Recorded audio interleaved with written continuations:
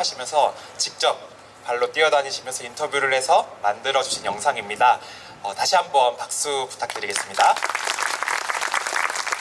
박수 소리가 조금씩 작아지는 것 같아서 한 번 더 환기를 하고 몸에 건강에도 좋다고 하니까 끝까지 열렬하게 쳐주시기 부탁드리겠습니다. 다음 모실 분은 2학년 열사가 가장 기쁘게 응원했을 분들입니다.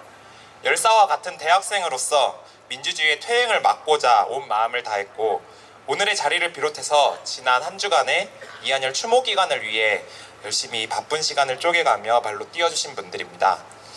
저희 김민결 2학년 열사 학생 추모 기획단장님을 모실 예정인데요.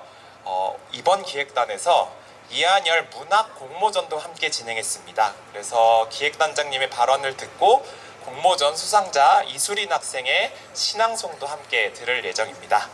그러면 저희 큰 박수로 김민결 기획단장님 모시겠습니다. 박수 부탁드리겠습니다.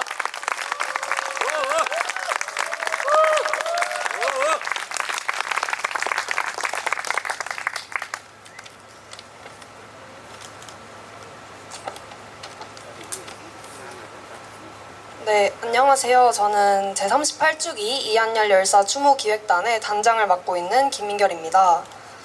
우선 바쁘신 와중에 함께 해주신 여러분께 깊은 감사의 인사를 드립니다.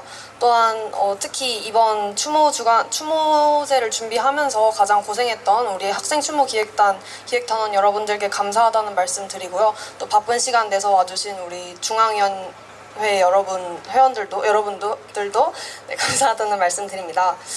평화로운 시대에 태어났기 때문에 이제 저에게는 민주주의란 굉장히 당연한 것이었습니다.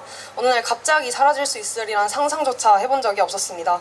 그러나 지난해 제37주기 2학년 추모 기획단을 경험하고 또 12.3 비상계엄을 겪고 지난 1월 광주에서 배은심 어머니 추모제에 참여하면서 제 세상의 민주주의는 아주 다른 얼굴을 하게 되었습니다. 12월 3일 그날의 비상계엄은 제가 당연히 여겼던 시스템이 얼마나 쉽게 흔들릴 수 있는지를 보여주었습니다. 국가 권력이 시민의 권리를 위협하고 그 위협이 현실이 될 뻔했던 바로 그 순간 저는 너무도 늦게 민주주의가 아직 끝나지 않은 싸움임을 깨달았습니다. 그리고 지난 1월에는 난생 처음 광주 망월동 묘역에 가보았습니다. 그곳엔 2학년 열사와 배은심 어머니를 비롯해 수많은 이름들이 묻혀 있었습니다. 그리고 그 곁에 민주화라는 아주 당연해 보이고도 어려운 그것을 쟁취하기 위해 떠나간 이들의 흔적이 있었고 저는 현재의 제 모습에 이제 부끄러움을 느끼게 되었습니다. 행동하는 양심으로 부끄러움이 없어야 한다. 이 말은 2학년 열사께서 즐겨 쓰셨다는 문장입니다. 이 문장을 떠올릴 때마다 저는 자꾸만 제 멈칫했던 스스로의 모습을 돌아보게 되었습니다. 2학년 열사님께서는 22살에 세상을 떠나셨습니다. 그리고 지금 저 또한 그와 같은 나이를 살고 있습니다.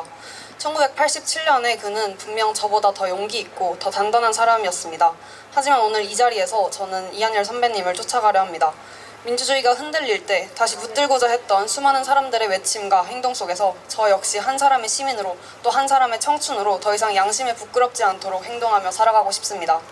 12.3 계엄 사태 이후 우리 사회가 빠르게 회복될 수 있었던 이유는 민주주의의 상처를 꿰매기 위해 나선 수많은 행동하는 사람들 덕분이었습니다. 행동이야말로 2학년 열사의 뜻을 진정으로 기리는 일이라 믿습니다.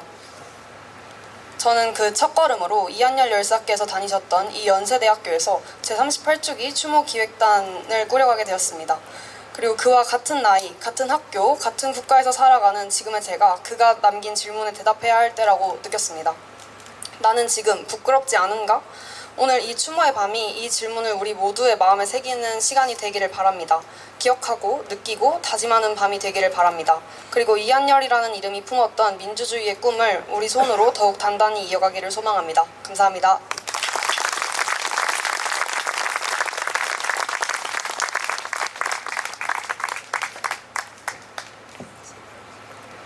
안녕하십니까.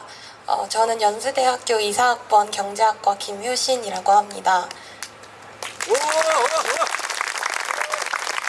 저도 경제 10번 회장으로서 2주기 단으로 함께 할 수 있었는데요.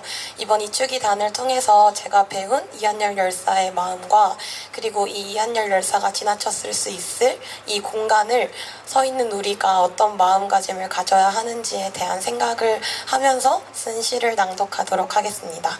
제목은 기억의 자리입니다. 나는 그 자리에 선다. 아무도 없는 듯 조용하고 모든 것이 말하고 있는 곳. 한때 누군가가 쓰러졌고 지금은 나무가 자란 자리. 그러다 한 여름날 이곳이 당신의 마지막 시선이 머문 곳이란 걸 알게 되었을 때 마음속 어느 곳이 조용히 떨렸다. 눈을 감는다. 돌 계단의 감촉이 손끝에 남는다. 기억은 어쩌면 감각으로 오는 것. 나는 묻는다. 살아있는 나에게 이 자리에 설 자격이 있는지. 무언가를 기억한다는 건 그만큼 무겁게 살아야 한다는 뜻이니까. 말 대신 조용히 손바닥을 바닥에 댄다.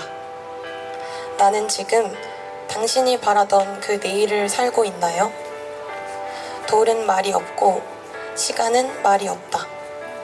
나는 다만 이름을 한 번 마음속으로 부르고 다시 일어난다. 그리고 조용히 걷는다. 이 자리에서 이어지는 내 몫의 시간으로. 감사합니다.